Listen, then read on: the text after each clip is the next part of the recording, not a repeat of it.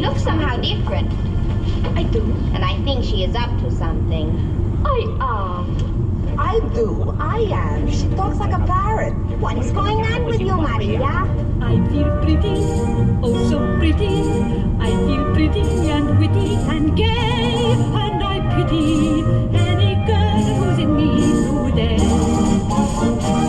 And so pretty that I hardly can believe I'm real. Someday.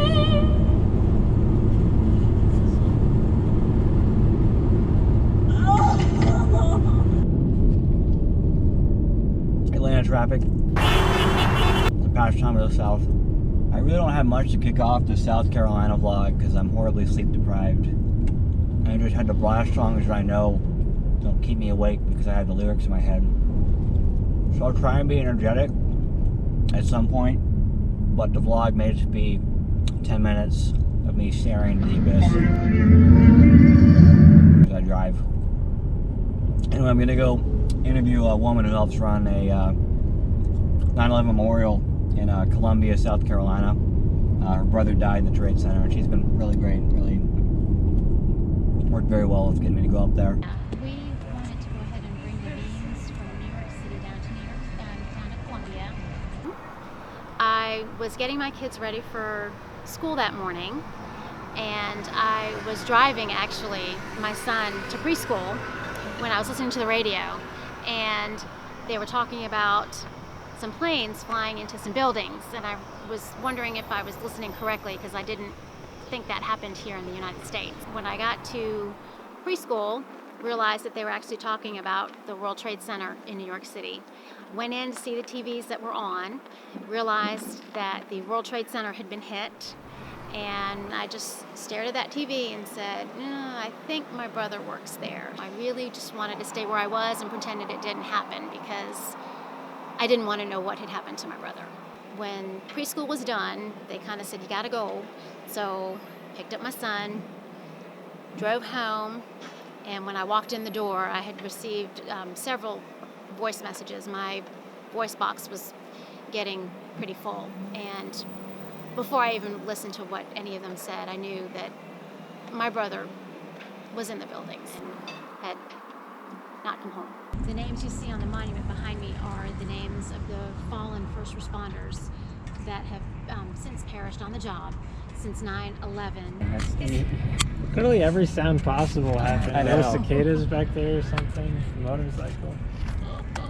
All right, could you share a memory of your brother that stands out in your mind? The Labor Day, right before September 11th, we were on the phone, and as brothers and sisters do, he says, why are you calling? It's a bad time. And so after we had a little banter like that, we went ahead and had a really good conversation. His son was starting preschool, and he was having trouble with what do we do because he doesn't want to go, and my son had started preschool before him, so I told him and was able to give him advice. He's my older brother, and he's usually the one to give me the advice, but this time around I was able to actually give him some helpful advice, and I was very happy that we ended on a very good note. It was a very positive conversation, and I was actually able for my first time ever to help him instead of the other way around. So it was a very memorable conversation, and I'm very glad we got to it because it was our last one. He didn't say anything. Explain what happened. I talked to my lawyer. So basically about 30 seconds after you left, I wrecked your car. I'm sorry. It's kind of Chelsea's fault. She'd actually walked all the way from my house all the way to this place. I saw her in the windshield and she was like, yeah, go this way. I was like, okay.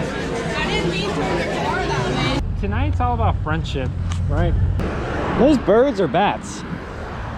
What are those? Yeah, those are bats. Sweet. It's pretty funny that like the Capitol is, haunted by bats. Look, man, I'm sorry. All right, that's, We did keep the big cheese. Yeah, it's in the car. Want to put your face in it like a dog. If you think about it, your car is kind of like it's like a toothpaste. So you know how his cheek is blowing out? That's your car right now. You live, you die. I know you're Spider-Man. I'll kill you dead. You have it on hot? Was it on hot? It's on hot. What? Maybe that's why it wasn't blowing right. I turned it off. Why? Seatbelts. Anything valuable? I have mine on. Maybe it's because of the rack. Park brake. Oh yeah. What does that mean? Your emergency brake is. Oh. You're gonna have to cut that part out because that makes you sound like an idiot. You're the one who crashed my car. Park brake. What does that mean? What does it mean? How terrible was it that Mbop was playing while we were doing the interview? Everything went wrong. It was like the motorcycle came through, the lady pointed out the cars, and I suddenly started hearing them. And then the cicadas started ringing. But I heard like that distant Mbop, Mbop, and I was like, no, it can't be. He's found me. I've always wanted a record car, for the record. Because having the choice of watching random stuff is just weird. Like I forgot the experience. Oh, here's like, this is a classic fight. Did I ever tell you, Barbarian. one time I was just hanging out at Bonnie's and she just out of nowhere was just looking at me and said, you know, you gotta change that name if you want to be a director. And I said, what? She's like, directed by Benjamin Crew? No one's gonna want to see that. You go by Ben Crew, obviously. All stuff for the project says Benjamin. No, I know. You gotta change that. Benjamin's lame. Benjamin's out. Name one in Benjamin. Unless you like change your pronunciation to Benjamin, then you're in. I called myself Benjamin. Did you really? In the 4th grade You only. called yourself, like, pointed, like, thumb towards your chest. I'm Benjamin. If I was a radio DJ, I'd be Ben Jammin. You ever run with your arms behind your back, Sonic style? I run like with my arms on my like Mario. Oh, the Mario thing, yeah. Absolutely. I learned it from you, Dad. I was talking to my therapist and he's trying to find like my You tell him that you run like Mario? No, legitimately. No, this is embarrassing. This is absolute. I was cringing the whole time I had to say it because he was trying to pry it out of me. He's trying to find my first failure, basically, the first time in my childhood where I felt like I was wrong or messed up or, you know, felt weak or insecure. And I told him, well, I think it stemmed back to people making fun of me for running as Sonic the Hedgehog.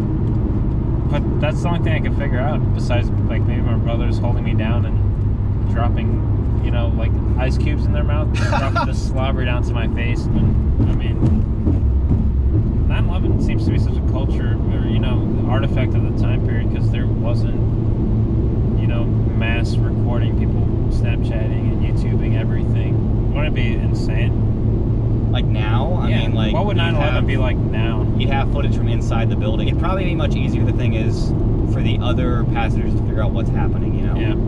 So probably decrease the, you know, like the efficacy of an attack by maybe so much percent because of the communication power that is now accessible in modern society. Yeah. Eventually you'll see a shift towards O's culture of people like going back and reevaluating it. But like, you know, there's like the big 80s boom right now, like stuff set in the 80s. You'll get more stories set in the O's like around 9/11, you know? Yeah, just talking decades wise, why are, you know, the 60s, 70s, 80s so much more iconic / so much more things to stereotype, generalize about them than say the past almost 3 decades now? I mean, you still have 90s, like, you have grunge, but stories 2000s will still have like 90s functions, you know? Yeah. But like, there's not going to be a sorority that has an O's party, you know? Yeah. Nobody's going to wear all denim and silly bands, you know, and rock out the Limp Bizkit. I feel like that's strongly due to the internet.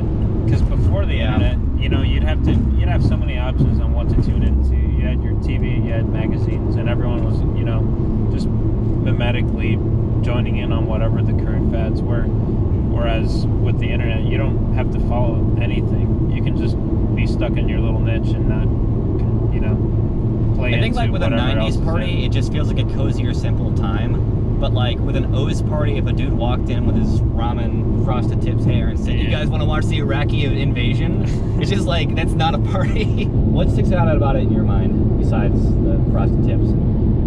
Janet Jackson. That's an icon. If I were to summarize the 2000s in one sentence, and that takes us all the way to 2009. From 2000 to 2009 is a huge difference. I know, like, you started out with Creed and you ended with Lady Gaga, you know? Yeah. So hold up the piece of my car that got broken off. Get us working in the South Carolina vlog.